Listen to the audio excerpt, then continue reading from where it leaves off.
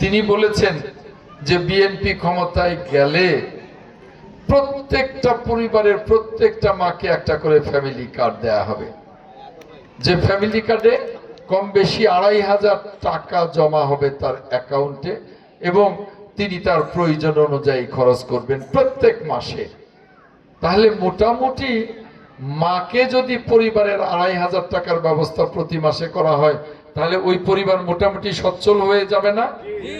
যেমন আমার নেতা বলেছেন বিএনপি ক্ষমতায় গেলে ১ কোটি কর্মসংস্থান হবে।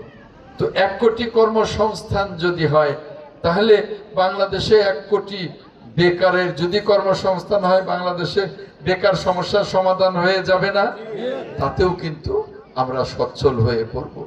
আমার নেতা ঘোষণা করেছেন প্রত্যেকটা কৃষকের জন্য কৃষি কার্ড থাকবে, প্রত্যেকটা কৃষকের জন্য, এবং সেই কৃষি কার্ড দিয়ে বিনামূল্যে বীজ, স্বল্প মূল্যে সার, স্বল্প মূল্যে কীটনাশক, স্বল্প মূল্যে নিড়ানি যন্ত্র, ফসল কাটার যন্ত্র পাবেন।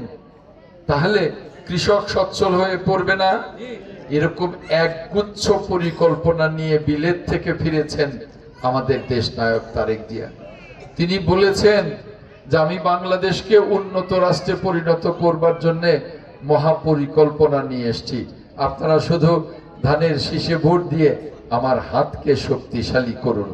তিনি পরিষ্কার বলেছেন। তাই আপনাদের বলতে চাই, আমি আমরণ আপনাদের সেবা করতে চাই দেশ নায়ক তারেক জিয়ার কর্মী হিসেবে।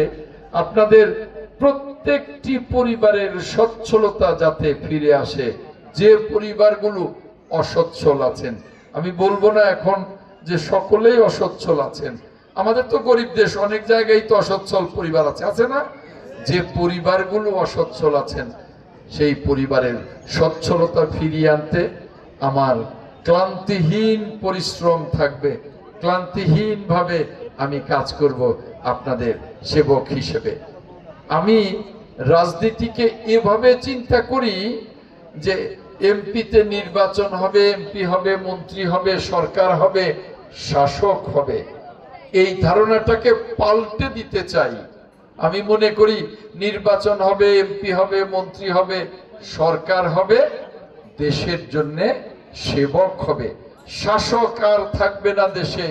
পুরো সরকার, পুরো এমপি, মন্ত্রী, সকল প্রশাসন দেশের শাসক হবে।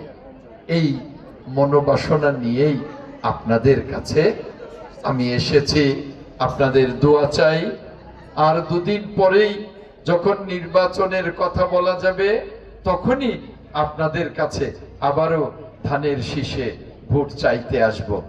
এই কথা বলে আপনাদের সকলের জন্য রাব্বুল আলামিনের কাছে দোয়া চেয়ে, আপনাদের সকলের কাছে, মা বোনদের কাছে আমার জন্য দোয়া চেয়ে আবারও আপনাদেরকে অনেক অনেক ধন্যবাদ জানিয়ে আজকে ম্যাডাম খালেদা জিয়ার আত্মার মাগফিরাত কামনা করে আমি আজকের মতো আপনাদের কাছ থেকে আমার বক্তব্য শেষ করছি।